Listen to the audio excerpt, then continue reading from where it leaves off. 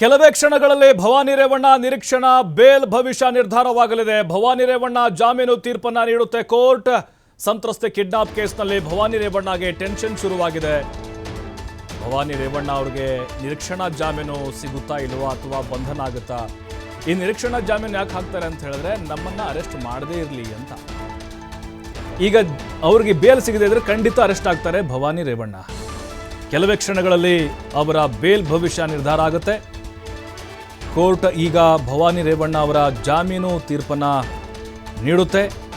ಈ KR ನಗರ ಸಂತ್ರಸ್ತೆ kidnap ಕೇಸ್ನಲ್ಲಿ ಇವರ ವಿರುದ್ಧವೂ ಕೂಡ ದೂರು ದಾಖಲಾಗಿತ್ತು. ಈಗ ಸತೀಶ್ ಬಾಬಣ್ಣ ಅಂತ ಏನಿದ್ದಾನೆ, ಜೊತೆಗೆ ಅಲ್ಲಿ ತೋಟದ ಮನೆಯ ಮಾಲೀಕ ಏನಿದ್ದಾನೆ ಭವಾನಿ ರೇವಣ್ಣ ಅವ್ರಿಗೂ ಕೂಡ ಸಂಬಂಧಿಯಾಗಬೇಕು. ಆತ ಕೊಟ್ಟಂಥ ಕೆಲವೊಂದಿಷ್ಟು ಹೇಳಿಕೆಗಳು, ಆಮೇಲೆ ಆಡಿಯೋ ಸಂಭಾಷಣೆಗಳು, ಸತೀಶ್ ಬಾಬು ಜೊತೆಗೆ ಮಾತನಾಡಿದ್ದಾರೆ ಎನ್ನಲಾದಂಥ ಆಡಿಯೋ ಸಾಕ್ಷ್ಯಗಳನ್ನು ಕೂಡ SIT ಅವರು ಕೋರ್ಟ್ಗೆ ಸಲ್ಲಿಸಿದ್ದಾರೆ. ಮೊನ್ನೆ ವಾದ ಪ್ರತಿವಾದವನ್ನು ಕೂಡ ಆಲಿಸಲಾಯಿತು. ಬಟ್ ಇಲ್ಲಿ ಭವಾನಿ ರೇವಣ್ಣ ಅವರೇ ಕಿಡ್ನಾಪ್ ಮಾಡೋಕೆ ಹೇಳಿದ್ರಾ ಅಂಥೇಳಿ ಇವರು ಪರವಾದಂಥ ವಕೀಲರು ವಾದವನ್ನು ಮಂಡಿಸಿದರು. ಆ ಆಡಿಯೋದಲ್ಲೇ ಒಂದು 200-300 ರೂಪಾಯಿ ಸೀರೆ ಕೊಟ್ಟು ಕಳಿಸು ಆಕೆಗೆ, ಈ ರೀತಿ ಅವರೇ ಮಾತನಾಡಿದ್ದಾರೆ ಎನ್ನಲಾದಂತಹ ಕ್ಲಿಪ್ಪಿಂಗ್ಗಳಿದಾವೆ ನಮ್ಮ ಹತ್ರ. ಜೊತೆಗೆ ಆ ಸಂತ್ರಸ್ತೆಯ ಮಗ ಕೂಡ ಭವಾನಿ ಅಕ್ಕ ಅವ್ರ ಹೆಸರು ಹೇಳ್ಕೊಂಡು ಕರ್ಕೊಂಡು ಹೋದ್ರು.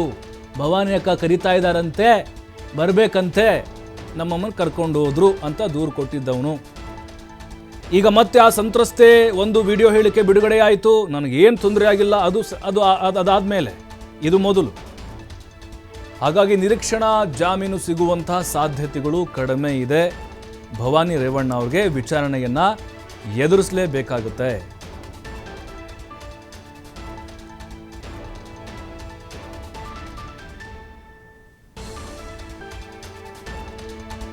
ಭವಾನಿ ರೇವಣ್ಣ ಜಾಮೀನು ಅರ್ಜಿ ಭವಿಷ್ಯ ಈಗ ತೀರ್ಪು ಕೆಲವೇ ಕ್ಷಣಗಳಲ್ಲಿ ಪ್ರಕಟ ಆಗುತ್ತೆ. ವಿಚಾರಣೆಗೆ ಹಾಜರಾಗುವಂತೆ ಏನಾದರೂ ಅವ್ರಿಗೆ ಈಗಾಗಲೇ ನೋಟಿಸ್ ಹೋಗಿದೆ. ಬಂಧನ ಆಗುತ್ತಾ ಅಥವಾ ಜಾಮೀನು ಮಂಜೂರಾಗುತ್ತಾ? KR ನಗರ ಕಿಡ್ನಾಪ್ ಕೇಸ್ನಲ್ಲಿ ಇವರ ಮೇಲೂ ಕೂಡ ದೂರು ದಾಖಲಾಗಿತ್ತು.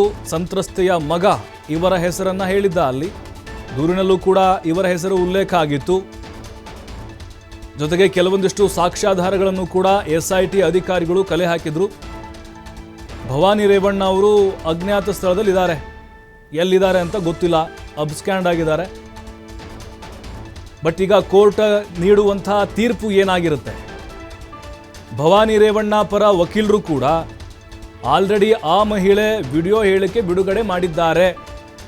ಭವಾನಿ ಅಕ್ಕ, ಪ್ರಜ್ವಲ್ ರೇವಣ್ಣ, HD ರೇವಣ್ಣ, ಸತೀಶ್ ಬಾಬಣ್ಣ ಇವ್ರು ಯಾರ ಕಡೆಯಿಂದ ನನಗೇನು ತೊಂದರೆ ಆಗಿಲ್ಲ ಅಂತ ಈ ಒಂದು ವಿಡಿಯೋವನ್ನು ಹೆದರಿಸಿ ಬೆದರಿಸಿ ಮಾಡಿಸಿದ್ದಾರೆ ಅಂಥೇಳಿ ಮತ್ತೆ ಅಲ್ಲಿ SIT ಪರ ವಕೀಲರು ವಾದವನ್ನು ಮಂಡಿಸಿದರು. ಹಾಗಾಗಿ ಈಗ ಭವಾನಿ ರೇವಣ್ಣ ಅವರು ವಿಚಾರಣೆಗೆ ಬರ್ತಾರಾ ಅಥವಾ ನಿರೀಕ್ಷಣಾ ಜಾಮೀನು ಅವ್ರಿಗೆ ಮಂಜೂರಾಗುತ್ತಾ? ನೋಡಿ, ಎರಡು ಮಗ ಮತ್ತು ತಾಯಿ ಇಬ್ಬರದ್ದು ಕೂಡ ಕೋರ್ಟ್ನಲ್ಲಿ ಮಹತ್ವವಾದಂಥ ತೀರ್ಪುಗಳು ಬರಲಿಕ್ಕೆ ಕ್ಷಣಗಣನೆ ಶುರುವಾಗಿದೆ.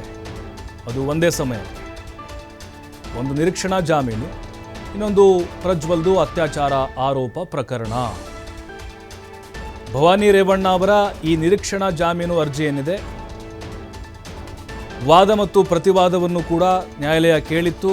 ಅದರಲ್ಲೂ ಕೂಡ ಎರಡೂ ಕಡೆ ವಾದ ಹೇಗಿದ್ವು ಅಂತ ಹೇಳಿದರೆ, ಭವಾನಿ ರೇವಣ್ಣ ಅವರ ಒಂದು ಭಾಗವಹಿಸುವಿಕೆ ಈ ಪ್ರಕರಣದಲ್ಲಿ, ಕಿಡ್ನಾಪ್ ಪ್ರಕರಣದಲ್ಲಿ ನೇರವಾಗಿ ಏನಾದರೂ ಇದೆಯಾ? ಅವ್ರನ್ನ ಹೆಸರನ್ನು ಹೇಳಿದ ಮೇಲೆ ಅವರೇ ಆರೋಪಿ ಹೇಗಾಗ್ತಾರೆ? ಭವಾನಿ ಅಕ್ಕ ಕರ್ಕೊಂಡು ಬಾ ಅಂತ ಹೇಳಿದ್ರು, ಸಂತ್ರಸ್ತನ ಕರ್ಕೊಂಡು ಹೋದ್ವಿ ಅಂದರೆ ಹೋದ್ರು, ಇದು ಹೇಗಾಗುತ್ತೆ ಆರೋಪ? ಯಾರು ಬೇಕಾದರೂ ಹೇಳ್ಬೋದಲ್ಲ, ಹೆಸರನ್ನ ಬಳಕೆ ಮಾಡ್ಕೊಳ್ಬೋದಲ್ಲ, ಪ್ರತ್ಯಕ್ಷವಾಗಿ ಏನಾದರೂ ಅವ್ರ ಪಾತ್ರ ಇದೆಯಾ? ಈ ರೀತಿಯಾಗೂ ಕೂಡ ವಕೀಲರು ವಾದವನ್ನು ಮಂಡಿಸಿದರು. ಅಲ್ಲಿ ಮತ್ತೆ SIT ಪರ ವಕೀಲರು ಕೂಡ ಹೇಳಿದ್ರು, ಅವತ್ತು ಭವಾನಿ ರೇವಣ್ಣ ಅವರ ಕೈವಾಡ ಕೂಡ ಇದರಲ್ಲಿದೆ. ಆ ಮಹಿಳೆಯನ್ನ, ಸಂತ್ರಸ್ತೆಯನ್ನ ಕೂಡಿ ಹಾಕಲಿಕ್ಕೆ ಇವರೇ ಹೇಳಿದ್ದು, ಆಕೆಗೆ ಸೀರೆ ಕೊಡಿಸೋಕೆ ಇವರೇ ಹೇಳಿದ್ದು, ಇವರೇ ಅದನ್ನು ಮಾನಿಟರ್ ಮಾಡಿದ್ದಾರೆ. ಸತೀಶ್ ಬಾಬಣ್ಣ ಇನ್ನಿತರೆ ವ್ಯಕ್ತಿಗಳೇನಿದ್ದಾರೆ ಭವಾನಿ ರೇವಣ್ಣ ಅವರ ಪರಿಚಿತರು ಅಥವಾ ಸಂಬಂಧಿಕರು ಕೂಡ ಆಗಬೇಕು. ರೇವಣ್ಣ, ಎಚ್ ಡಿ ರೇವಣ್ಣ ಅವರ ಪಾತ್ರ ಹೇಗಿದೆಯೋ ಭವಾನಿ ರೇವಣ್ಣ ಅವರ ಪಾತ್ರ ಕೂಡ ಇದರಲ್ಲಿದೆ. ಅವರ ವಿಚಾರಣೆ ಕೂಡ ಒಳಪಡಿಸಬೇಕು, ಅವಶ್ಯಕತೆ ಇದೆ, ಅವ್ರನ್ನ ವಶಕ್ಕೆ ತೆಗೆದುಕೊಳ್ಬೇಕು ಅಂತ SIT ಪರ ವಕೀಲರು ಹೇಳಿದ್ರು. ಬಟ್ ಈಗ ಆ ಸಾಕ್ಷ್ಯಾಧಾರಗಳನ್ನು ಪರಿಗಣಿಸಿ ಕೋರ್ಟ್ ಈಗ ಭವಾನಿ ರೇವಣ್ಣ ಅವ್ರಿಗೆ ಜಾಮೀನು ಮಂಜೂರು ಮಾಡುತ್ತಾ. ನಾವು ಎಚ್ ಡಿ ರೇವಣ್ಣ ಅವರ ಪ್ರಕರಣ ನೋಡಿದ್ವಿ, ಕಿಡ್ನಾಪ್ ಪ್ರಕರಣದಲ್ಲಿ ಅವರಿಗೆ ನ್ಯಾಯಾಂಗ ಬಂಧನ ಆಯಿತು, ಅದಾದ ಮೇಲೆ ಜಾಮೀನು ಕೂಡ ಮಂಜೂರಾಯಿತು. 2 ಕೇಸ್ನಿಂದ ಜಾಮೀನು ಅವ್ರಿಗೆ ಸಿಕ್ತು. ಇವರನ್ನು ಕೂಡ ವಿಚಾರಣೆಗೆ ಒಳಪಡಿಸಿ ಜಾಮೀನೇನಾದರೂ ಅರ್ಜಿ ಸಲ್ಲಿಸಿ ನಂತರದ ಬೆಳವಣಿಗೆಗಳು ನಡೀಬಹುದಾ ಅಥವಾ ನಿರೀಕ್ಷಣಾ ಜಾಮೀನು ಅವರಿಗೆ ಮಂಜೂರಾಗ್ಬಿಡುತ್ತಾ ಒಂದೇ ಸಾರಿಗೆ? ಯಾಕಂದರೆ ಎಚ್ ಡಿ ರೇವಣ್ಣ ಕೂಡ ನಿರೀಕ್ಷಣಾ ಜಾಮೀನಿಗೆ ಅರ್ಜಿಯನ್ನು ಸಲ್ಲಿಸಿದವ್ರೆ, ಆದರೆ ಅದು ಮಂಜೂರಾಗಿರಲಿಲ್ಲ ಅವ್ರಿಗೆ, ಅದನ್ನು ಕೋರ್ಟ್ ವಜಾ ಮಾಡಿತ್ತು. ಬಟ್ ಈಗ ಭವಾನಿ ರೇವಣ್ಣ ಅವರ ಒಂದು ಬೇಲ್ ಭವಿಷ್ಯ ಏನಾದರೂ ಜಾಮೀನು ಸಿಗದೇ ಇದ್ದರೆ ಖಂಡಿತ ಭವಾನಿ ರೇವಣ್ಣ ಅವ್ರನ್ನ SIT ಅಧಿಕಾರಿಗಳು ವಶಕ್ಕೆ ತೆಗೆದುಕೊಂಡು ಅವರ ಕಸ್ಟಡಿಗೆ ತೆಗೆದುಕೊಂಡು, ಅಂದರೆ ಮೊದಲು ಕೋರ್ಟ್ಗೆ ಹಾಜರುಪಡಿಸಿ ಕಸ್ಟಡಿಗೆ ತೆಗೆದುಕೊಂಡು ವಿಚಾರಣೆ ನಡೆಸುವಂಥ ಸಾಧ್ಯತೆಗಳಿದ್ದಾವೆ. ಸಂತ್ರಸ್ತೆಯ ಕಿಡ್ನಾಪ್ ಪ್ರಕರಣದಲ್ಲಿ ಭವಾನಿ ರೇವಣ್ಣ ಅವರ ಹೆಸರನ್ನು ಕೂಡ ಉಲ್ಲೇಖ ಮಾಡಲಾಗಿತ್ತು. Prajwal Revanna, H D Revanna, Bhavani Revanna, Satish Babanna. KR ನಗರ ಠಾಣೆಯಲ್ಲಿ ಆದಂತಹ ಒಂದು ದೂರಿದು. ಸಂತ್ರಸ್ತೆಯ ಮಗ ದೂರನ್ನು ದಾಖಲಿಸಿದ್ದ. ಅದಾದ ಮೇಲೆ ಆ ಸಂತ್ರಸ್ತೆ ಏನಿದ್ದಾರೆ ಮಹಿಳೆ, ಆಕೆಯ ವಿಡಿಯೋ ಕೂಡ ಬಿಡುಗಡೆಯಾಗಿತ್ತು. ಸಂಬಂಧಿಕರ ಮನೇಲಿದ್ದೀನಿ, ನನಗೇನೂ ಗೊತ್ತಿಲ್ಲ, ಸಂಬಂಧ ಇಲ್ಲ. ಆ ವಿಡಿಯೋ ಹೇಳಿಕೆ ಬಿಡುಗಡೆಯ ಬೆನ್ನಲ್ಲೇ ಎಚ್ ಡಿ ರೇವಣ್ಣ ಅವರಿಗೆ ಜಾಮೀನು ಮಂಜೂರಾಯಿತು.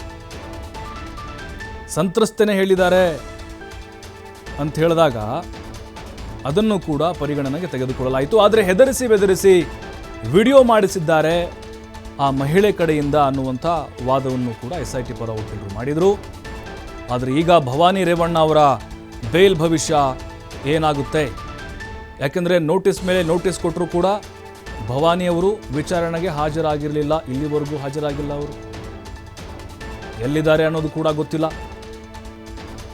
ಬಟ್ ಈಗ ಪ್ರಜ್ವಲ್ ರೇವಣ್ಣ ಅವ್ರದ್ದು ಒಂದು ಕಡೆ ಅಲ್ಲಿ ತೀರ್ಪು ಬಾಕಿ ಇದೆ, ಬರಬೇಕಿದೆ ಈಗ, ಅದು ಕೂಡ ಕೆಲವೇ ಕ್ಷಣ. ಹಾಗೆ ಅವರ ತಾಯಿ ಭವಾನಿ ರೇವಣ್ಣ ಅವ್ರದ್ದು ಕೂಡ ನಿರೀಕ್ಷಣಾ ಜಾಮೀನು ಬರಬೇಕಿದೆ ಈಗ ಆದೇಶ. ಈಗೇನಾದರೂ ಪ್ರಜ್ವಲ್ ರೇವಣ್ಣ ಅವ್ರದ್ದು ಬಿಡಿ, ಬಹುತೇಕವಾಗಿ ಅವ್ರಿಗೆ ಕಸ್ಟಡಿಗೆ ತೆಗೆದುಕೊಳ್ಳೋ ಸಾಧ್ಯತೆ. ಭವಾನಿ ರೇವಣ್ಣ ಅವ್ರಿಗೂ ಕೂಡ ಈಗ ಜಾಮೀನು ಮಂಜೂರು ಆಗದೇ ಇದ್ದರೆ ಇಡೀ ಕುಟುಂಬವೇ, ರೇವಣ್ಣ ಆ್ಯಂಡ್ ಫ್ಯಾಮಿಲಿ ಇಡೀ ಕುಟುಂಬವೇ ಈ ಒಂದು ಪ್ರಕರಣದಲ್ಲಿ ತಲೆದಂಡ ಆದಂಗೆ ಆಗುತ್ತೆ. ಈ ಸಂತ್ರಸ್ತೆಯ ಕಿಡ್ನಾಪ್ ಪ್ರಕರಣದಲ್ಲಿ ಇವರ ಪಾತ್ರದ ಬಗ್ಗೆ ಅಲ್ಲಿ ಕೆಲವೊಂದಿಷ್ಟು ಸಾಕ್ಷ್ಯಾಧಾರಗಳನ್ನು ಕಲೆ ಹಾಕಿ ಆ ಸಂತ್ರಸ್ತೆ ವಿಡಿಯೋ ಅದಕ್ಕಿಂತ ಮುಂಚೆ, ವಿಡಿಯೋ ಬಿಡುಗಡೆ ಆಗೋದಕ್ಕಿಂತ ಮುಂಚೆನೇ ಆ ಸಂತ್ರಸ್ತೆಯ ಕಡೆಯಿಂದ 164 ಹೇಳಿಕೆಯನ್ನು ದಾಖಲು ಮಾಡಿದ್ದಾರೆ. ಜೊತೆಗೆ ಅಲ್ಲಿ ತನಿಖಾಧಿಕಾರಿ IO ಮುಂದೆ ಕೂಡ ಅವರು ಹೇಳಿಕೆಯನ್ನು ಕೊಟ್ಟಿದ್ದಾರೆ, ಏನೆಲ್ಲ ಆಗಿತ್ತು ಅಂತ ಹೇಳಿ. ಹಾಗಾಗಿನೇ ಈಗ ಕೋರ್ಟ್ ನೀಡುವಂತಹ ತೀರ್ಪು ಭವಾನಿಯವರನ್ನು ಕೂಡ ಬಂಧನ ಮಾಡುವಂಥ ಸಾಧ್ಯತೆಗಳಿರ್ತಾವ ಅಥವಾ ನಿರೀಕ್ಷಣಾ ಜಾಮೀನು ಮಂಜೂರಾಗುತ್ತಾ? ಬಟ್ ಇಂಥ ಪ್ರಕರಣದಲ್ಲಿ ಮೊನ್ನೆ ನಾವು ರೇವಣ್ಣ ಅವ್ರ ಕೇಸ್ ನೋಡ್ತಾ ಇದ್ರೆ ನಿರೀಕ್ಷಣಾ ಜಾಮೀನು ಸಿಗುವಂಥ ಸಾಧ್ಯತೆಗಳು ಕಡಿಮೆ ಇರುತ್ತೆ. ಬ್ರೇಕ್ನ ನಂತರ ಮತ್ತಷ್ಟು ಅಪ್ಡೇಟ್ಸ್.